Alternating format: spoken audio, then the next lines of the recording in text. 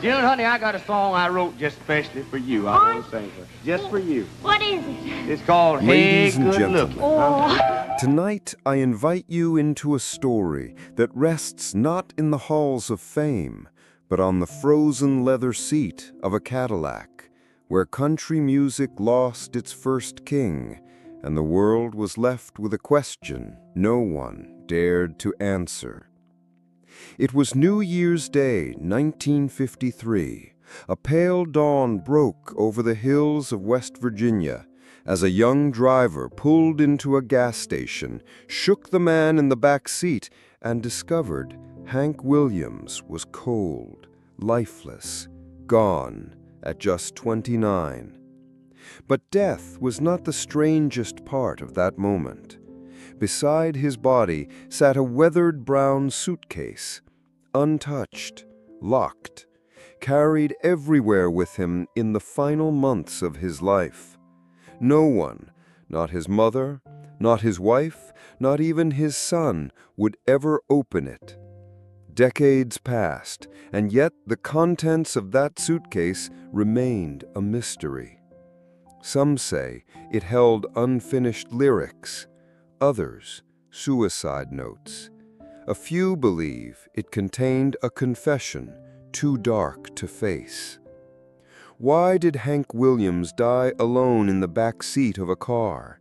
And what, dear audience, did he carry to the grave in that unopened case? Tonight, we open that door. Ladies and gentlemen, before the tragedy, before the addiction, before the silence of that final ride, there was a voice, a trembling, sorrow-soaked voice that captured the ache of the American South like no one before or since. Hiram Hank Williams was born in 1923 in Mount Olive, Alabama, poor, frail, and overlooked by the world. But God gave him one gift, a haunting voice that could wrap itself around your heart and squeeze until you cried. By the time he was a teenager, he was busking on street corners, borrowing chords from black blues musicians, and writing songs that felt older than the hills. By 25, Hank wasn't just famous, he was country music. His performances at the Grand Ole Opry were the stuff of legend. Women wept. Men stood in stunned silence. Radio stations across the South played his records back to back. Lovesick Blues, I Saw the Light, Your Cheatin' Heart. Each song sounded like a prayer coming from a broken man who had seen both heaven and hell. He was celebrated as a genius, raw, unapologetic, and real. No polish, no act, just pain turned into poetry. To the public, he seemed to have it all.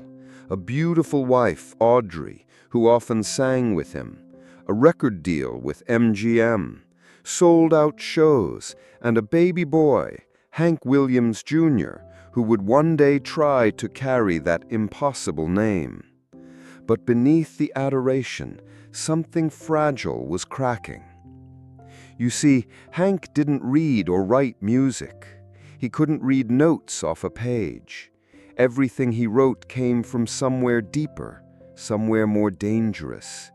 His songs weren't crafted, they were extracted, like thorns from a wound. And that kind of genius, dear audience, comes at a price. Behind every ovation was a bottle. Behind every show was a fight with Audrey. Behind every song was a sleepless night. He suffered from spina bifida occulta, a birth defect of the spine that left him in constant pain. Doctors gave him morphine. He added whiskey. And with every performance, he burned a little brighter and a little shorter. By 1951, Hank was making $1,500 a night, more than most Americans made in a month.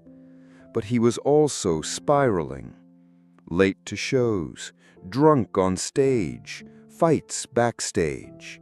And through it all, the crowd still cheered, still bought his records, still believed in the myth of Hank Williams.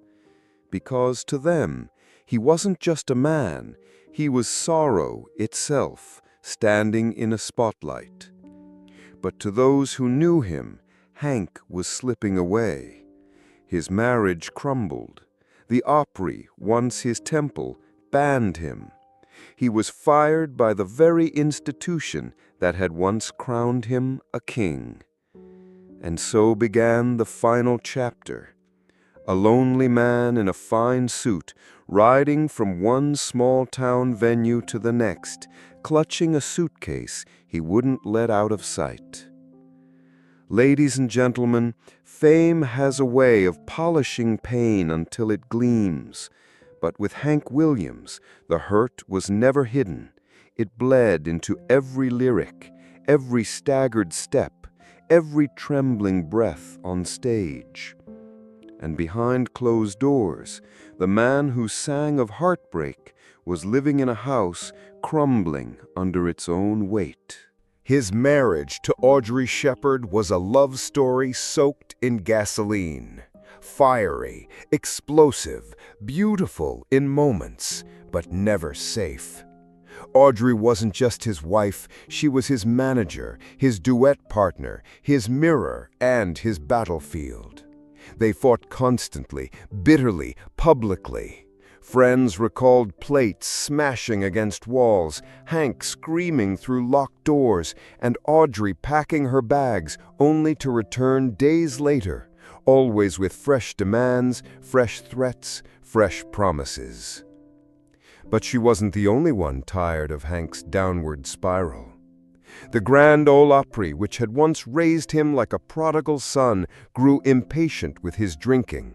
Missed shows, slurred words, stumbling through verses. They issued warnings, then ultimatums. Finally, they cut him loose. Imagine that, dear audience, being thrown out of your own kingdom. Hank spiraled. Alone in a hotel room, drunk and angry, he turned on everyone. His bandmates, his family, himself. The bottle was his only steady companion. In the middle of this collapse, he fell for another woman, Billie Jean Jones, a Louisiana beauty who became his second wife in a rushed ceremony with 20,000 fans watching from the stands.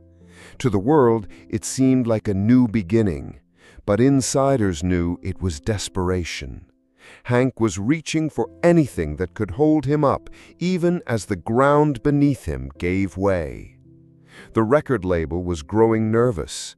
His health was deteriorating. He had a heart that beat too fast, a spine that burned, and a liver that cried for mercy. He began seeing a fake doctor, Horace Toby Marshall, who claimed to be a licensed physician, but was actually a convicted forger. Toby gave him injections of morphine, chloral hydrate, and who knows what else, all in exchange for cash.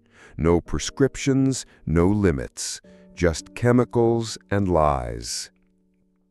And always, always the suitcase. In those final months, Hank carried it everywhere. A brown leather case, scuffed from travel, heavy with contents no one saw. He wouldn't let it out of his sight. If someone tried to move it, he'd snap.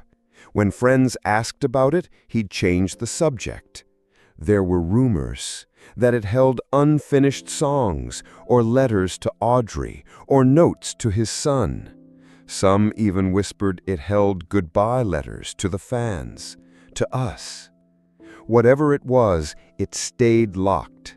Hank guarded it more fiercely than anything else in his life.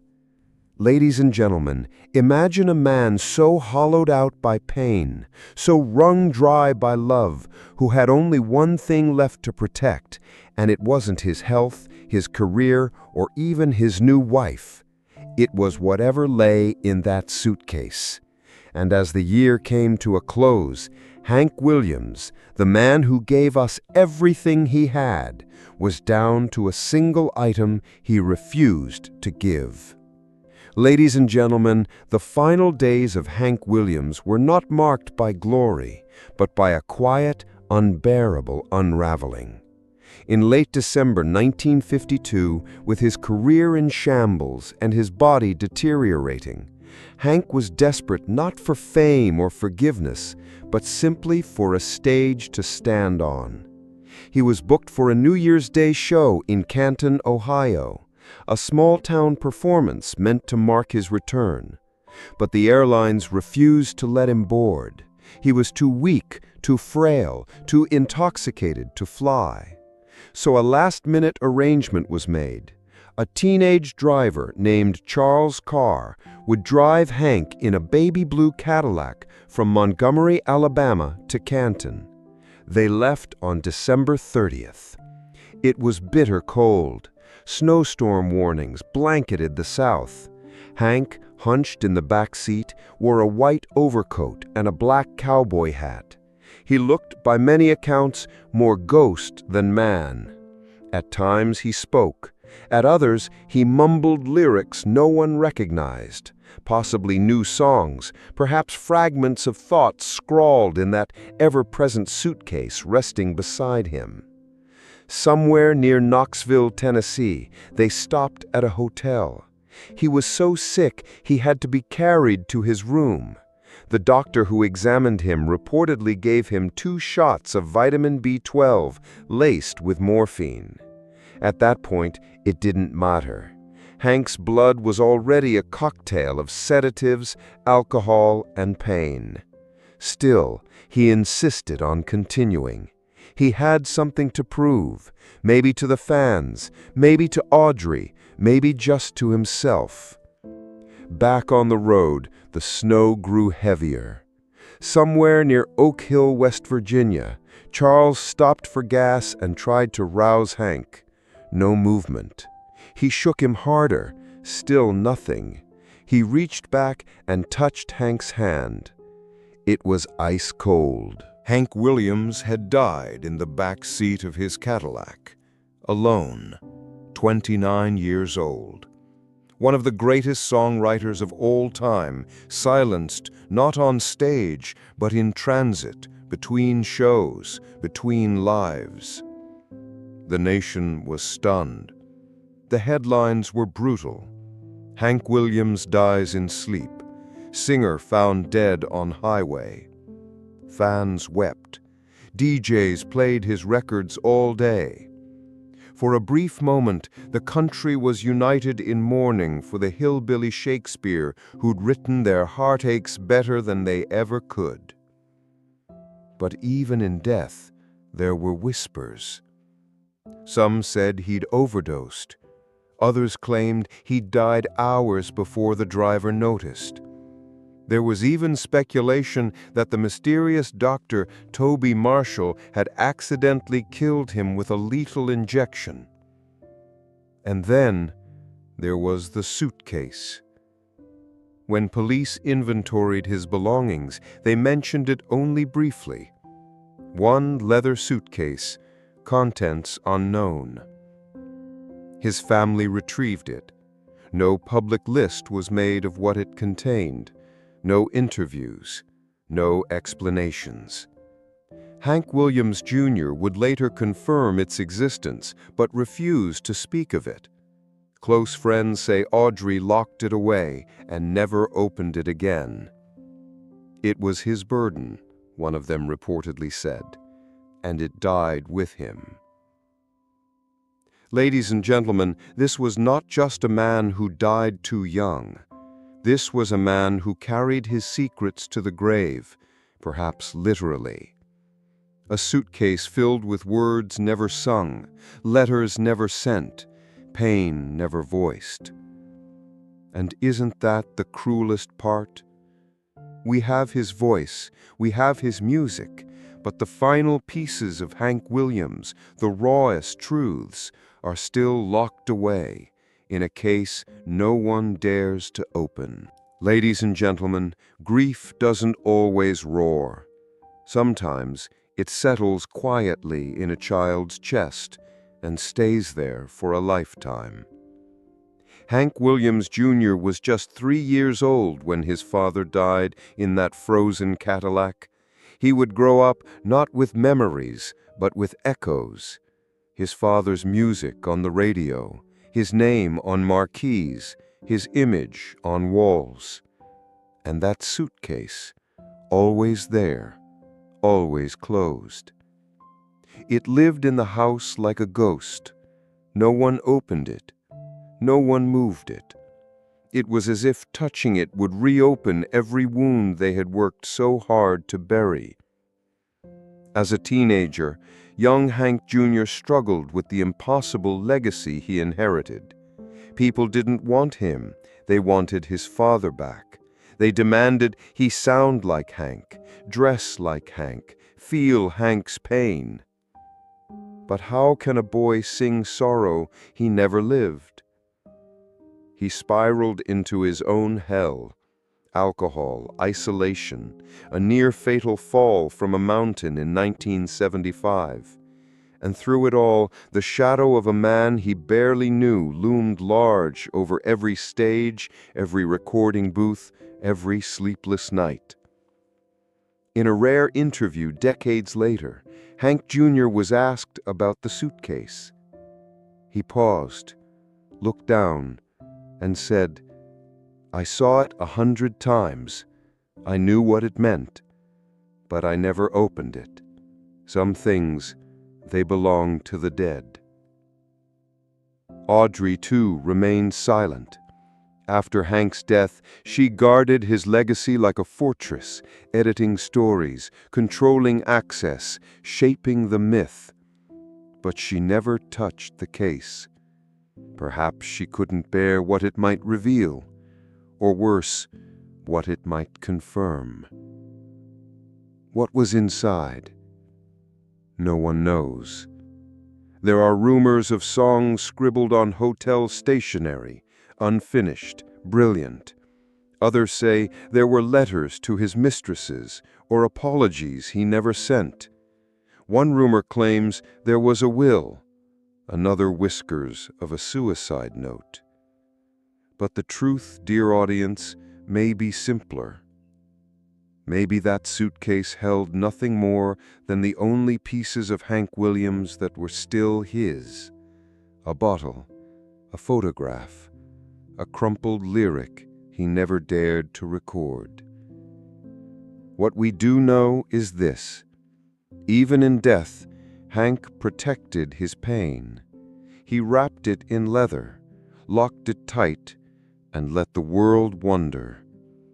Because some stories, no matter how loudly the world begs, were never meant to be told. And maybe that's where their power truly lies. Ladies and gentlemen, we often believe that time reveals all things, that the past, no matter how painful, will one day give up its secrets. But what if some truths are not meant to be spoken? What if silence is the final act of grace? The leather suitcase that Hank Williams carried to his grave is more than a physical object. It is a symbol of a man who gave the world everything he had, except the one part that still belonged only to him. His final words, his unspoken fears, his unfinished melodies. What are we owed as admirers, as listeners who cried to Cold, Cold Heart, who played Your Cheatin' Heart at funerals and lonely nights? Are we entitled to know what Hank never said? Or do we respect the boundary he left behind, sealed inside that case?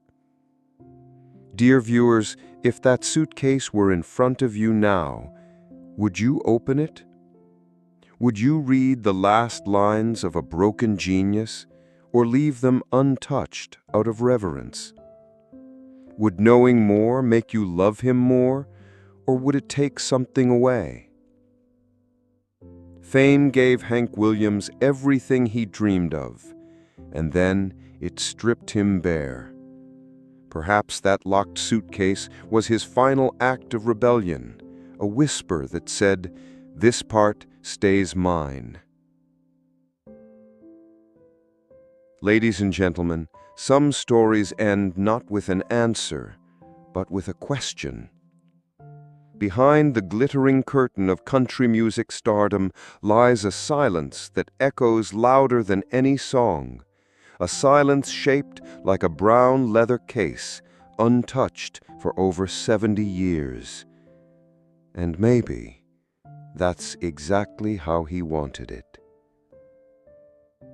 Thank you for listening.